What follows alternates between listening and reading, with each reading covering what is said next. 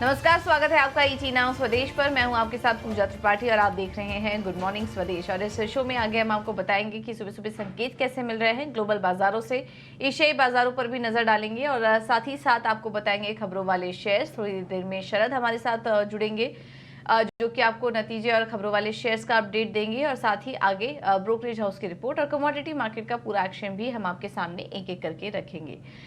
आज से नई सीरीज की शुरुआत भी हुई है, जून सीरीज की शुरुआत भी हो रही है। तो ऐसे में कौन कौन से अहम इवेंट्स हैं और बाजार के लिहाज से कहां पर आपको नजर रखनी है, इस पर आगे एक एक करके हम चर्चा करेंगे। लेकिन चलिए शुरुआत सबसे पहले एशियाई बाजारों से कर लेते हैं। और गिफ्ट निफ्टी से जो शुरुआती संकेत मिल रहे हैं वो पॉजिटिव हैं। 22,700 के ऊपर गिफ्ट निफ्टी इस वक्त दिखाई दे रहा है। और बाकी सभी इंडाइसेस भी देखेंगे तो वहां से भी शुरुआत अच्छी ही दिखाई दे रही है। सभी के सभी इंडाइसेस हरे निशान में हैं। कोरिया के बाजार आधा % ऊपर, चीन के बाजार में भी आधा % की तेजी है। हांगकांग के बाजार भी करीब 300 अंक ऊपर है इस वक्त। और जापान के बाजार देखेंगे तो वहां पर भी करीब 140 अंकों की मजबूती है। गिफ्ट निफ्टी हरे निशान में ट्रेड कर ही रहा है। तो यहाँ से तो पॉजिटिव संकेत हैं। लेकिन दुनिया भर के बाजारों पर अगर नजर डालें तो एशियाई बाजारों में कल भी हमने देखा कि जो क्लोजिंग हुई वो कमजोरी के साथ ही हुई। डाउ जोन्स में 300 अंकों की गिरावट देखने को मिली है। S&P 500 आधा % और नैस्डैक भी 1% नीचे कल बंद हुआ। काफी सारे स्टॉक स्पेसिफिक एक्शन हमने देखे कल के दिन। सेल्स फोर्स में 20% की गिरावट आई, जिससे कि डाउ जोन्स में दबाव था। और 2004 के बाद यानी कि लगभग 20 साल बाद सेल्स फोर्स में हमने देखा कि इस तरह की गिरावट आई है, क्योंकि नतीजे काफी कमजोर थे। टेक शेयरों की बात करें तो एनवीडिया और माइक्रोसॉफ्ट में 3% की गिरावट थी। अच्छे नतीजों के बावजूद हमने देखा कि डेल टेक्नोलॉजीज में 16% की गिरावट देखने को मिली। और अक्टूबर 2023 के बाद माइक्रोसॉफ्ट के लिए सबसे खराब दिन था। कल बड़ी गिरावट वहां पर भी देखने को मिली है। अब पीसी के आंकड़े आएंगे, यानी कि पर्सनल कंजम्पशन एक्सपेंडिचर के आंकड़े आएंगे। उस पर दुनिया भर की बाजार की नजर टिकी हुई है। और उसके पहले ही हम देख रहे हैं कि बाजार में थोड़ी नर्वसनेस है यूएस के अहम डेटा आने से पहले। कल यूएस इनिशियल जॉबलेस क्लेम के भी आंकड़े आए जो कि अनुमान से ज्यादा थे, जिसके चलते हमने देखा कि बॉन्ड यील्ड्स और डॉलर इंडेक्स में थोड़ी नरमी आई। लेकिन उस नरमी के होते हुए भी कल अमेरिकी बाजारों को कोई सहारा नहीं मिला, क्योंकि नतीजों का रिएक्शन काफी ज्यादा था और मुनाफा वसूली भी देखने को मिली। क्योंकि मई में हमने देखा कि रिकॉर्ड लेवल्स बना रहे थे बाजार, तो वहां से थोड़ा करेक्शन भी आया। और अहम आंकड़ों के पहले हम देख रहे हैं कि इस तरह का करेक्शन यूएस मार्केट में देखने को मिल रहा है। अब आज जो पीसी के आंकड़े आएंगे वो काफी इंपॉर्टेंट होंगे। और उसके बाद क्योंकि जून में पॉलिसी भी है, फेड पॉलिसी भी है, तो उस पर भी नजर बनी रहेगी और एक डायरेक्शन देगा ये आंकड़ा कि फेड पॉलिसी का रुख कैसा हो सकता है। अनुमान ये है कि अप्रैल महीने में पीसी का आंकड़ा, कोर महंगाई का आंकड़ा जिसको कि फेड काफी क्लोजली वॉच करता है, वो 2.7 रहने का अनुमान है। यूरोप के बाजार से संकेत ठीक ठाक ही हैं, हरे निशान में कल बंद हुए। और इसके माफ कीजिएगा, यूरोप के बाजार से भी संकेत नेगेटिव हैं, लाल निशान में तीनों इंडाइसेस बंद हुए। और बॉन्ड मार्केट और कमोडिटी मार्केट की बात करें तो डॉलर और बॉन्ड यील्ड्स में हल्की हमने माफ कीजिएगा, बॉन्ड मार्केट और डॉलर इंडेक्स में हमने हल्की नरमी देखी कल। और वहां पर जो हल्की नरमी आई उसके चलते हमने देखा कि सोने में एक तेजी थी। कच्चे तेल में कल 1% की कमजोरी देखने को मिली। मई महीने में अब तक देखें तो कच्चे तेल में करीब 5% तक की गिरावट आ चुकी है। तो कच्चे तेल में कमजोर यूएस गैसोलीन के कारण जो मांग में कमजोरी है, उसके चलते कच्चे तेल में वीकनेस बनी हुई है। और कल $82 का भी लेवल तोड़ दिया। $81 के आसपास कच्चा तेल भी कारोबार कर रहा है। और बाकी सब संकेत हम देख रहे हैं कि ठीक ठाक ही हैं। तो इस वक्त ग्लोबल संकेतों की बात करें तो ज़्यादा कुछ नेगेटिव संकेत नहीं दिखाई दे रहे हैं, ठीक ठाक ही हैं। और एशियाई बाजार उसको दिखा भी रहा है। सभी के सभी इंडेक्सेस फिलहाल हरे निशान में कारोबार कर रहे हैं। एक बार एफआईएस और डीआईएस के आंकड़े देख लेते हैं, उसके बाद हम समझेंगे कि आज भारतीय बाजारों में क्या करें, क्योंकि नई सीरीज की शुरुआत भी हो रही है। तो उस लिहाज से कौन से लेवल्स इंपॉर्टेंट होंगे ये भी हम समझेंगे। लेकिन पहले एफआईएस और डीआईएस के आंकड़ों पर नजर डालें तो कैश मार्केट में कल भी बिकवाली हुई है एफआईएस की तरफ से लगभग 3050 करोड़ की। लेकिन उसके सामने घरेलू निवेशकों ने खरीदारी की 3433 करोड़ की। इंडेक्स फ्यूचर में 7925 करोड़ की बिकवाली का आंकड़ा है और इंडेक्स ऑप्शन में 9853 करोड़ की बिकवाली का आंकड़ा है। तो ये है इस वक्त के आंकड़े। और एफआईएस की तरफ से हम देख रहे हैं कि लगातार सेलिंग प्रेशर है। और अभी तक मई की अगर बात करें तो 40,000 करोड़ से ज्यादा की बिकवाली एफआईआईस कर चुके हैं। अब आज के लिए अहम लेवल्स कौन से होंगे एक बार ये भी समझ लेते हैं। हमारे साथ डिम्पी कालरा जुड़ चुके हैं फोन लाइन पर। Dimpy, good morning. बताइए आज निफ्टी और बैंक निफ्टी का डेटा क्या कह रहा है? गुड मॉर्निंग पूजा। देखिए, नई सीरीज की हो रही है शुरुआत और इस सीरीज के अंदर 3-4 चीजें बड़ी इंपॉर्टेंट है। पहली बात तो 4 तारीख को इलेक्शंस के नंबर्स आ जाएंगे, यानी कि रिजल्ट्स आ जाएंगे। ठीक, उससे पहले एफआई ने अपनी होल्डिंग को काटा है। मैं एफआई के पॉइंट्स इसलिए शुरू कर रहा हूँ क्योंकि ये रिकॉर्ड स्तरों पर आ चुके हैं। करीब 12 से 13% ही सिर्फ लॉन्ग है और एक ही दिन में घट गया है ये। और एक कल में अगर आप अभी इंडेक्स के सभी आंकड़े पढ़ रहे थे तो उसमें आपने देखा होगा सिर्फ डीआई की कैश में बाइंग है, अदरवाइज सभी सेगमेंट में सेलिंग है। तो कल एफआई ने माल बेचा। या तो उनके पास दो चीजें हैं, या तो इंडियन मार्केट में नए तरीके से चर्न करके पैसा डालेंगे पोस्ट इलेक्शंस कि भाई कौन सी गवर्नमेंट आती है, उनकी पॉलिसीज क्या है, पहला पॉइंट। दूसरा पॉइंट, या तो उनको एक थोड़ा बहुत भनक लग गई है कि हाँ भाई जैसा हम सब सोच रहे हैं वैसा नहीं आ रहे हैं, इसलिए उन्होंने अपना माल काट दिया। इन दोनों ही कंडीशन में मार्केट एक बड़े मूव के लिए तैयार हो रहा है। ठीक, कल तो उसने बड़ा मूव नहीं दिया वैसे देखा जाए तो, क्योंकि निफ्टी बैंक निफ्टी कल हरे निशान में था और निफ्टी कल लाल निशान में रहा। लेकिन एक बड़े मूव के लिए मार्केट तैयार हो रहा है। एक और चीज मैं आपको बताता हूँ, इंडिया विक्स से अब बढ़ना बंद हो गया। कल अगर आप इंडिया विक्स को चेक करोगे तो 24-18 पे ही बंद हुआ है। इसका मतलब इंडिया विक्स में भी कोई चेंज नहीं हुआ है। एफआई की होल्डिंग रिकॉर्ड लेवल्स पे आ चुकी है, 12 पे आ चुकी है। तो कहने का मेरा बात ये है कि कुल मिला के सारी चीजें ऐसी जगह पर आके खड़ी हो गई जहाँ पे एक बड़ा मूव मार्केट के अंदर आ सकता है। अब प्रोबेबिलिटी क्या है ये भी मैं बताता हूँ। प्रोबेबिलिटी थोड़ा ऊपर जाने की चांसेस थोड़े ज्यादा है।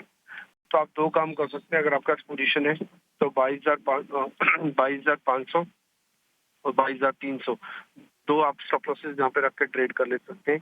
और आपका जो पहला टारगेट होगा 22,800 तक का होगा, फिर 23,000 तक का टारगेट होगा। जिनके पास पोजीशन है वो भी इसी तरह से स्टॉप लॉस लगा के रखें और थोड़ा बहुत पोजीशन जरूर लें। मैं सिर्फ एफआई के नंबर पे ही देख के बोल रहा हूँ कि थोड़ी बहुत पोजीशन को जरूर लेनी चाहिए इस समय। दूसरा आ जाते हैं हम रिटेल पे, और रिटेल को भी चाहिए तो थोड़ी बहुत पोजीशंस ले सकते हैं। आते हैं बैंक निफ्टी पे। बैंक निफ्टी के अंदर भी अगर आप पोजिशनली देखेंगे तो इसके अंदर रोल ओवर का नंबर ठीक आया था, करीब 6-79% का रोल ओवर था।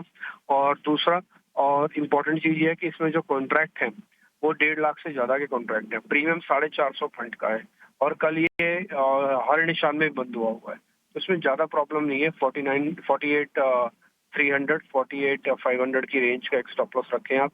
और दूसरा जो टारगेट है वो करीब 49,000 का पहला और 49,500 तक का दूसरा बनेगा। निफ्टी में इतना, बैंक निफ्टी में इतना दम है कि 50,000 भी लगा सकता है इस बार। 9 के ऑल टाइम हाई को भी ब्रेक करेगा और आगे भी चल सकता है, बशर्ते ये ट्रिगर है। तो आज आपको पता ही है कि आप ऑलरेडी एक्सपायरी का ट्रिगर निकाल चुके हैं और सिर्फ एग्जिट पोल का ट्रिगर है।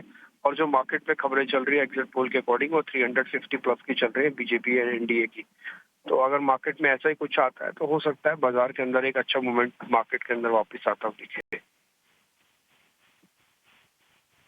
बिल्कुल, बहुत बहुत शुक्रिया डिम्पी आपका ये पूरा एनालिसिस करने के लिए। तो बाजार अब एक बड़े मूवमेंट के लिए तैयार है और वो मूवमेंट ऊपर के साइड ही आ सकता है, तेजी की तरफ ही आ सकता है, क्योंकि एक बड़ा इवेंट अब निकल चुका है। दूसरे इवेंट की तैयारी अब बाजार कर रहा है, एग्जिट पोल की। उसके बाद चुनावी नतीजे भी आएंगे, तो नतीजों की तैयारी है इस वक्त बाजार में। और उसके पहले हम देख रहे हैं कि थोड़ी यहाँ पर पोजीशन भी हल्की होते हुए नजर आ रही है, लेकिन खरीदारी करने का समय है। लेवल्स आपको बता दिए हैं, स्टॉप लॉसेस का ध्यान रखें।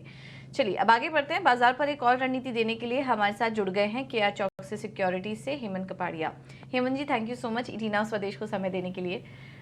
बताइए आज आप कैसे देख रहे हैं शुरुआत बाजारों की, और ट्रेड कहाँ पर लेना चाहिए? Very good morning Pooja, thank you for having me. Trade की बात करें तो जैसे डिम्पी ने बैंक निफ्टी की पॉजिटिविटी की बात की, तो मेरा भी एक स्टॉक रहेगा बैंक के सेक्टर में ही। स्टॉक है एक्सिस बैंक पूजा। यहाँ पे उसने 4 दिन पहले ऑल टाइम हाई किया, वहां से थोड़ा करेक्शन करके अभी स्टेबल हुआ है और कल अपवर्ड की रिवर्सल दिया है।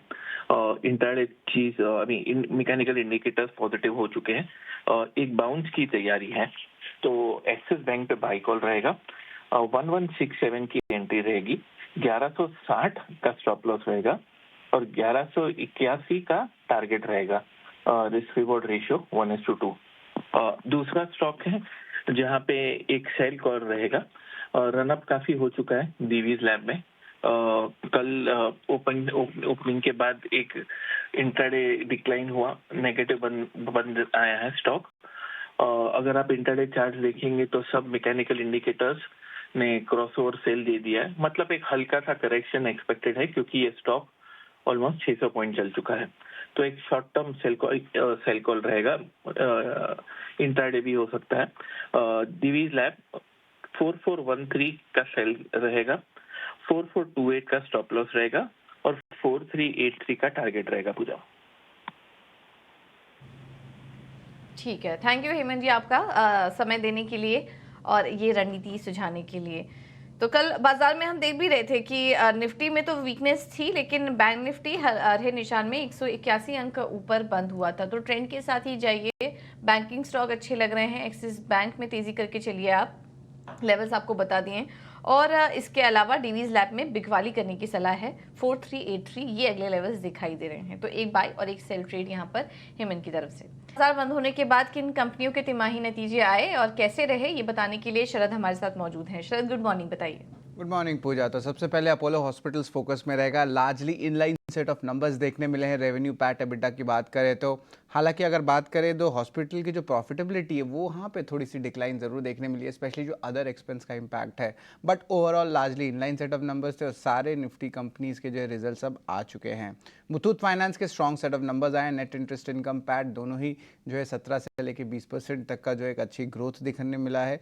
भारत डायनेमिक्स से एग्जीक्यूशन में भी अच्छी इंप्रूवमेंट आई है और स्ट्रॉन्ग सेट ऑफ नंबर्स देखने मिले हैं, जहां पे आप एबिटा मार्जिन में तो बड़ा एक्सपेंशन आया है। नेट प्रॉफिट भी लगभग 90% ईयर ऑन ईयर बेसिस पे ग्रोथ दिखाया है। मिसेस बेक्टर्स बहुत महीनों की कंसोलिडेशन के बाद स्टॉक ने एक बहुत स्ट्रॉन्ग नंबर्स जो है अनाउंस किया है और ओवरऑल मार्जिन्स में भी एक्सपेंशन आया है। तो इसमें भी जो है बुलिश नज़रिया स्ट्रीट का बना है, तो स्टॉक में पॉजिटिव रिएक्शन देखने मिल सकता है। हमने देखा है कि रियल्टी कंपनीज के जो नंबर्स आ रहे हैं मार्च क्वार्टर में, नंबर्स बहुत बड़े दिख रहे हैं। ऑफकोर्स याद रखिए एक अकाउंटिंग एडजस्टमेंट होता है रेवेन्यू रिकॉग्निशन का, उसके कारण ये नंबर्स आपको बड़े दिखते हैं। सनटेक रियल्टी में भी रेवेन्यू देखेंगे तो 700% से ऊपर भागा है, तो इसी के कारण हुआ है। बट ओवरऑल बहुत स्ट्रॉन्ग सेट ऑफ नंबर्स आए हैं और कंपनी आप कह सकते हैं कामकाजी लॉस से कामकाजी मुनाफे में जो है तब्दील हुई है। लक्स इंडस्ट्रीज़ के बारे में बात करें तो इनके जो मार्जिन्स है यहाँ पे सिग्निफिकेंट इंप्रूवमेंट आए हैं। आप देख सकते हैं ऑलमोस्ट 300 बेसिस पॉइंट से ज़्यादा का जो है मार्जिन से इंप्रूवमेंट आया है। ओवरऑल पैट नंबर्स में भी अच्छी नंबर्स आए हैं। वेल्सपन कॉर्प की बात करें तो वीक सेट ऑफ नंबर्स आए हैं। एबिटा मार्जिन में भी एक मार पड़ी है, लगभग 235 बेसिस पॉइंट्स का भी नंबर्स ऑफकोर्स सिक्वेंशियली हमने कैलकुलेट किया है। अब जो है एग्रोकेमिकल स्पेस में तो पूरा प्रेशर हमने देखा इस क्वार्टर में। ऑफ कोर्स ग्लोबल इश्यूज जो होते हैं, डिमांड ट्रेंड बात कर लो या प्राइसिंग की, तो वहाँ पे अभी भी इशू और इंडिया पेस्टिसाइड्स के नंबर यही जता रहे हैं। सीक्वेंशियली देखें across parameters weak set of numbers आए हैं, तो स्टॉक में आज सेलिंग प्रेशर देखने मिल सकता है। तो ये अहम स्टॉक्स है और ओवरऑल अब जो है अर्निंग सीजन कंप्लीट हो चुकी है और ओवरऑल कहेंगे कि mix set of numbers at least broader indices में देखें, लेकिन कुछ कुछ सेगमेंट्स में अच्छे सरप्राइजेस भी आए हैं। ठीक है, तो ये हैं कुछ नतीजे ज़्यादातर मिड कैप और स्मॉल कैप कंपनियों पर, और कैसे रहे वो अभी शरद आपको हाईलाइट करके बता भी रहे थे। शरद, इसके अलावा खबरों वाले शेयर्स भी बताइए। जी बिल्कुल, खबरों वाले शेयर्स में जियो फाइनेंशियल सर्विसेज फोकस में रहेगा। उन्होंने जो है अपनी ऐप को जो है लॉन्च किया, पर याद रखिए बीटा वर्जन का ऐप है। ये बीटा वर्जन होता है जो टेस्टिंग फेज़ में जो है ऐप को लाया जाता है। अब इस ऐप में इंटीग्रेशन में डिजिटल बैंकिंग रहेगा, यूपीआई ट्रांजैक्शन रहेगा, बिल सेटलमेंट और इंश्योरेंस एडवाइजरी भी रहेगा। बट नेवरदलेस एक बड़ा अनाउंसमेंट है जियो फाइनेंशियल सर्विसेज से। सीएक्सओज में बड़ी मूवमेंट हो रही है और अहम सीएक्सओज और सीईओज को जो अपॉइंट किया जा रहा है कंपनी में, और ये एक इंपॉर्टेंट ट्रिगर होता है जब आप फॉलो करते हैं कंपनी को। आरती इंडस्ट्रीज़ में सुयोग कल्याण जी कोटेचा को नया सीईओ बनाया गया है। वो एक स्ट्रैटेजी हेड थे पेट्रोकेमिकल बिजनेस रिलायंस के और मैकेंसी के भी पार्टनर थे केमिकल सेगमेंट में। अब धीरे धीरे जो है कंपनी प्रोफेशनल मैनेजमेंट की तरफ बढ़ी और इसके कारण जो है बाजार का बुलिश नज़रिया कंपनी के लिए बना है। ओरिएंट इलेक्ट्रिक भी फोकस में रहेगा। यहाँ पे रविंद्र सिंह नेगी को भी एमडी और सीईओ के पद पे जो अगले 5 साल के लिए अपॉइंट किया गया है। इनका जो आप कह सकते हैं एक्स एम्प्लॉय हैं वो बजाज इलेक्ट्रिकल्स हैं और वहाँ पे वो चीफ ऑपरेटिंग ऑफिसर रहे थे कंज्यूमर प्रोडक्ट के लाइन पे। तो 2 अहम आप कह सकते हैं अपॉइंटमेंट देखने मिली है। मोल्टेक पैकेजिंग नंबर्स तो लार्जली इनलाइन थे, लेकिन जो कमर्शियल सप्लाईज है ग्रासिम जिनके जो पेंट बिजनेस है उनको वो अब सप्लाई करना शुरू कर चुके हैं अप्रैल के महीने से। और याद रखिए जो कंपनी है प्रेफर्ड सप्लायर है। 3 मतलब आप कह सकते हैं जो 6 प्लांट है ग्रासिम का पेंट का, उसमें से 3 प्लांट को ये सप्लाई करते हैं माल। तो ये एक इंपॉर्टेंट न्यूज़ फ्लो है। वेल्समैन कॉर्प की बात करें तो यहाँ पे डीआई प्लांट में जो है कैपेसिटी एक्सपेंशन करेंगे, जहाँ पे इन्वेस्टमेंट 300 करोड़ का होगा और इसके अलावा 500 करोड़ वो रेज़ करेंगे एनसीडीज़ के ज़रिए। नैटको फार्मा फोकस में रहेगा। यहाँ पे कंपनी ने अपनी एएनडीए सबमिशन की है माइग्रेन ड्रग को यूएस एफडीए के लिए। अब ये इंपॉर्टेंट इसलिए है क्योंकि इसका जो साइज़ है, जो सेल्स हुआ था इस ड्रग का माइग्रेन का, वो लगभग आप कह सकते हैं $908 मिलियन, यानी कि आप कह सकते हैं 7,500 करोड़ तक का जो वैल्यू पे जो है वित्त साल 2023 में जो है देखने मिला था इसका ओवरऑल सेल्स। तो ये एक इम्पॉर्टेंट न्यूज़ फ्लो ज़रूर है। और आखिर में सनटेक रियल्टी ने जो है अप्रूव किया है बोर्ड ने कि 2250 करोड़ रेज़ करेंगे इक्विटी या डेट के ज़रिए। तो ये अहम स्टॉक्स है जो आपके आज लिस्ट में होने चाहिए।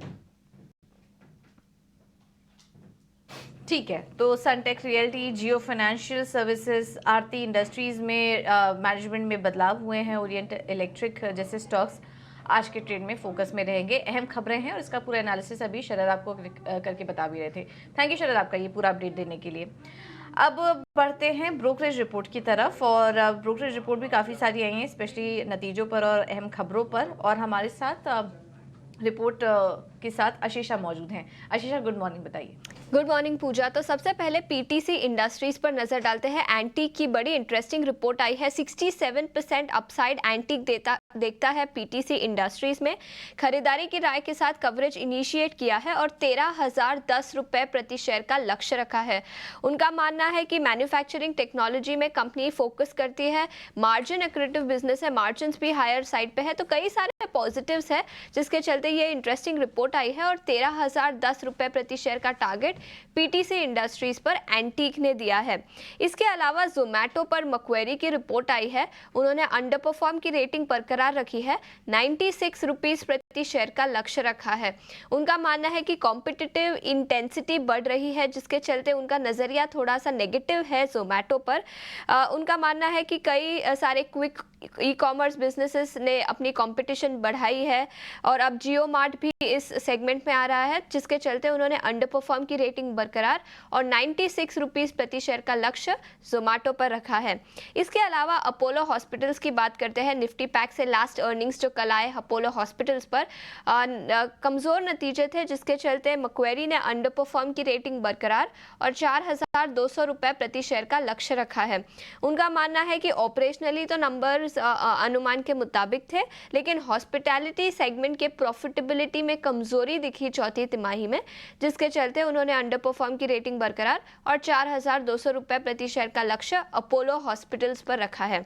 इसके अलावा एरिस लाइफ साइंसेज की बात करते हैं तो यहाँ पर भी मक्वेरी की रिपोर्ट है। उन्होंने टारगेट प्राइस पहले 1230 रुपए जो प्रति शेयर था वो घटाकर 1100 रुपए प्रति शेयर कर दिया है। उनका मानना है कि चौथी तिमाही के नतीजे अच्छे थे, रेवेन्यूज अच्छे थे, लेकिन एबिटा और मार्जिन्स, एबिटा और पैट फ्रंट पर नतीजे काफ़ी कमज़ोर रहे जिसके चलते उन्होंने टारगेट प्राइस घटाया।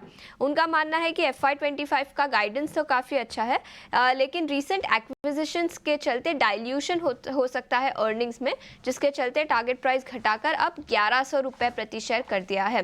लास्ट में HDFC बैंक की बात करते हैं। बैंक ऑफ अमेरिका सिक्योरिटीज की रिपोर्ट आई है। खरीदारी की राय बरकरार और 1800 रुपए प्रति शेयर का लक्ष्य रखा है। उनका मानना है कि EPS एक्सपेक्टेशंस अभी काफी स्लो है, अभी काफी कमजोर है, लेकिन आगे चलते हुए आउटलुक इंप्रूव हो सकता है और EPS एस्टिमेट्स भी बढ़ सकते हैं अक्रॉस द बोर्ड, जिसके चलते खरीदारी की राय दी है और 1800 रुपए प्रति शेयर का लक्ष्य HDFC बैंक पर रखा है। ठीक है, तो ये हैं ढेर सारी reports. PTC industries, HDFC bank आज कवरेज में है। जोमैटो पर भी नज़र रखें, यहाँ पर रिपोर्ट्स आ रही है और अपोलो हॉस्पिटल पर भी रिपोर्ट्स आ रही हैं, तो यहाँ पर भी फोकस रहेगा नतीजों के बाद। ठीक है, चलिए, थैंक यू आशीष आपका ये पूरा अपडेट देने के लिए। अब आगे बढ़ते हैं कमोडिटी मार्केट की तरफ, और हमारे साथ रणनीति बताने के लिए HDFC सिक्योरिटीज से अनुज गुप्ता मौजूद हैं। Anuj ji, thank you so much ET Now स्वदेश को समय देने के लिए। सोने चांदी से पहले शुरुआत करते हैं। कल डॉलर और बॉन्ड यील्ड्स में जो हल्की नरमी आई, उसके चलते सोने में हमने खरीदारी वापस लौटते हुए देखी। यहाँ से और तेजी करनी चाहिए? गुड मॉर्निंग पूजा जी। देखिए, गोल्ड सिल्वर में हमने कल एक रेंज बाउंड मोमेंटम देखा है। हालांकि लॉन्ग टर्म ट्रेंड पॉजिटिव है, बट मुझे लगता है कि मार्केट थोड़ा रेजिस्टेंस यहाँ पे फेस कर रहा है, तो शॉर्ट टर्म के लिए इंट्राडे पर्सपेक्टिव से बिकवाली का ट्रेड बना सकते हैं। करीबन 94,600 में बिकवाली करें, 95,080 का स्टॉप लॉस लगाएं। टारगेट नीचे करीबन 93,700 तक देखने को मिल सकता है। तो जो भी बाउंस बैक आता है वहाँ पर सिल्वर में बिकवाली का ट्रेड इंट्राडे के लिए बना सकते हैं। ठीक है, तो सिल्वर में बिकवाली का ट्रेड लेके चलिए, जो भी राइज आ रहा है बेच के चलिए सिल्वर में, ये सलाह के लिए। और क्रूड में क्या करें? क्रूड में भी काफ़ी ज़्यादा गिरावट हमने देखने को मिली कल। क्या यहाँ से आप और करेक्शन देख रहे हैं कच्चे तेल में? देखिए, कल एक गिरावट हमने देखी और हमें लगता है कि कहीं ना कहीं थोड़ा सेंटीमेंट अभी नेगेटिव और $80 के ऊपर नहीं जा पा रहा है। तो यहाँ पर भी सेल ऑन राइज की स्ट्रेटेजी रहेगी, करीबन 6550 के आसपास बिकवाली करें, 6605 का स्टॉप लॉस लगाएं, करीबन 6480 81 का टारगेट देखने को मिल सकता है। हमें लगता है कि क्रूड के अंदर भी बिकवाली का ट्रेड देखा जा सकता है। ठीक है, तो कल 2% नीचे था एमसीएक्स पर क्रूड, अभी भी बिकवाली करके आप चल सकते हैं 6481 के टारगेट के लिए। आखिर में अनुज जी, बेस मेटल्स पर भी सलाह दीजिए, वहां पर मौके कहाँ देख रहे हैं आप? देखिए, वहाँ पर हमने बेस मेटल में कॉपर जिंक दोनों में गिरावट देखी थी, तो कॉपर में बिकवाली की सलाह रहेगी। 882 में बिकवाली करें, 887 का स्टॉप लॉस लगाएं, टारगेट 875 872 तक देखने को मिल सकता है। हमें लगता है इंट्रा डे के लिए आज बेस मेटल में बिकवाली के साथ ट्रेड देखा जा सकता है। ठीक है, तो कॉपर में बिकवाली करने की सलाह, सिल्वर और क्रूड में भी आपको बिकवाली साइड की रणनीति बताई है, तो इस पर आप नजर रखिए। अनुज ji, thank you so much आपका समय देने के लिए, ये रणनीति सुझाने के लिए।